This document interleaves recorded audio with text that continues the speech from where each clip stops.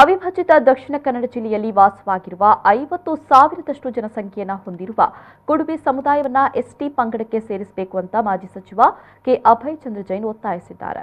ಅವರು ಮೂಡುಬಿದಿರೆ ಪ್ರೆಸ್ ಕ್ಲಬ್ನಲ್ಲಿ ಸುದ್ದಿಗೋಷ್ಠಿ ನಡೆಸಿ ಮಾತನಾಡಿದರು. ಕೃಷಿಯನ್ನ ಅವಲಂಬಿಸಿರುವ ಆರ್ಥಿಕವಾಗಿ ಸಾಮಾಜಿಕವಾಗಿ ಹಿಂದುಳಿದಿರುವ ಕುಡುಬಿ ಸಮುದಾಯವನ್ನ ಎಸ್ಟಿ ಪಂಗಡಕ್ಕೆ ಸೇರಿಸಬೇಕು ಅಂತ 1972ರಲ್ಲಿ ಸಂಸದರಾಗಿದ್ದ ಡಾಕ್ಟರ್ ಟಿ.ಎ. ಪೈ ಅವರು ಕೇಂದ್ರ ಸರ್ಕಾರಕ್ಕೆ ಮನವಿಯನ್ನು ಸಲ್ಲಿಸಿದ್ರು. ಅಂದಿನಿಂದ ಇಂದಿನವರೆಗೆ ಹೋರಾಟ ನಡೀತಾ ಇದ್ರೂ ಕೂಡ ಬೇಡಿಕೆ ಈಡೇರಿಲ್ಲ. ಯಡಿಯೂರಪ್ಪ ಕುಮಾರಸ್ವಾಮಿ ಮುಖ್ಯಮಂತ್ರಿಯಾಗಿದ್ದಾಗ ಈ ಬೇಡಿಕೆಯನ್ನ ಈಡೇರಿಸುವಂತೆ ಸದನದಲ್ಲಿ ಧರಣಿ ಕುಳಿತಿದ್ದೆ, ಆದರೂ ಕೂಡ ಪ್ರಯೋಜನವಾಗಿಲ್ಲ.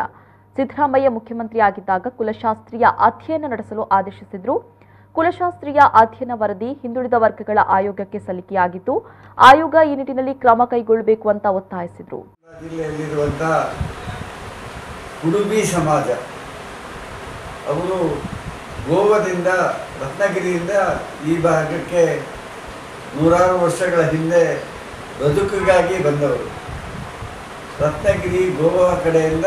ಆದರೆ ಅದರಲ್ಲಿ ಕುಡುಬಿ ಸಮಾಜ ಅಂದರೆ ಅವರು ದುಡಿಯುವ ವರ್ಗ ಬಹಳ. ಇವತ್ತು ಈ ಎರಡೂ ಜಿಲ್ಲೆಗಳಲ್ಲಿ ಬೇಸಾಯದಲ್ಲಿ ಕೃಷಿಯಲ್ಲಿ ತಮ್ಮನ್ನು ತಾವು ತೊಡಗಿಸಿಕೊಂಡಂಥ ಒಂದು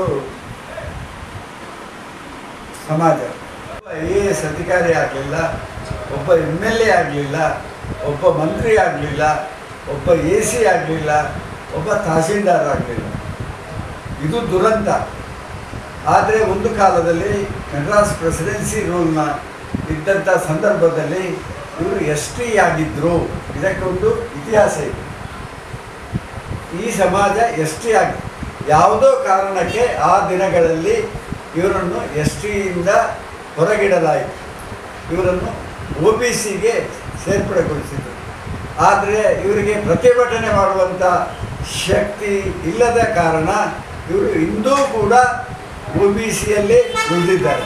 ಪ್ರಥಮವಾಗಿ ನಿಮ್ಮ ಜಾತಿ ನಿಮ್ಮ ಸಮಾಜ ಇರಲಿ ಬದಿಯಲ್ಲಿ, ಈ ಕುಡುಬಿ ಸಮಾಜದ ಬಗ್ಗೆ ಧ್ವನಿ ಎತ್ತಿ ಆದಷ್ಟು ಬೇಗ ನಮ್ಮ ಜಯಪ್ರಕಾಶ್ ಹೆಗ್ಡೆ ಅವರ ಮನಸ್ಸಿಗೆ ಗೆದ್ದು ಅವರಿಗೆ ಹೇಳಬೇಕಾಗಿಲ್ಲ. ಅವರು ಶಾಸಕರಾಗಿದ್ದರ ಬಗ್ಗೆ ಹೋರಾಟ ಮಾಡಿದವರು. ಆದರೆ ಸ್ವಲ್ಪ ಪ್ರೆಷರ್ ಹಾಕುವಂಥ ಕೆಲಸ ಆಗಬೇಕಾಗಿದೆ.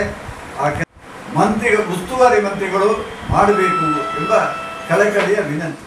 ಕುಡುಬಿ ಸಮುದಾಯದ ರಾಜ್ಯ ಸಮಿತಿ ಸದಸ್ಯ ಪುತ್ತುಗೌಡ ಮಾತನಾಡಿ, ನಮ್ಮ ಬೇಡಿಕೆ ಈಡೇರಿಸುವಂತೆ ಸಂಸದರು ಶಾಸಕರಲ್ಲಿ ಬೇಡಿಕೆಯನ್ನು ಸಲ್ಲಿಸಿದ್ರು ಕೂಡ ಯಾವುದೇ ಪ್ರಯೋಜನವಾಗಿಲ್ಲ ಅಂತ ಹೇಳಿದರು.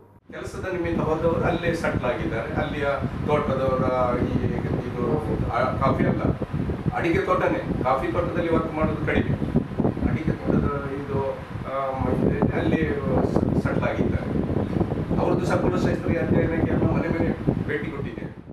ಈ ವೇಳೆ ತಾಲೂಕು ಪಂಚಾಯತ್ ಸದಸ್ಯ ಪ್ರಕಾಶ್ ಗೌಡ ಉಪಸ್ಥಿತರಿದ್ದರು.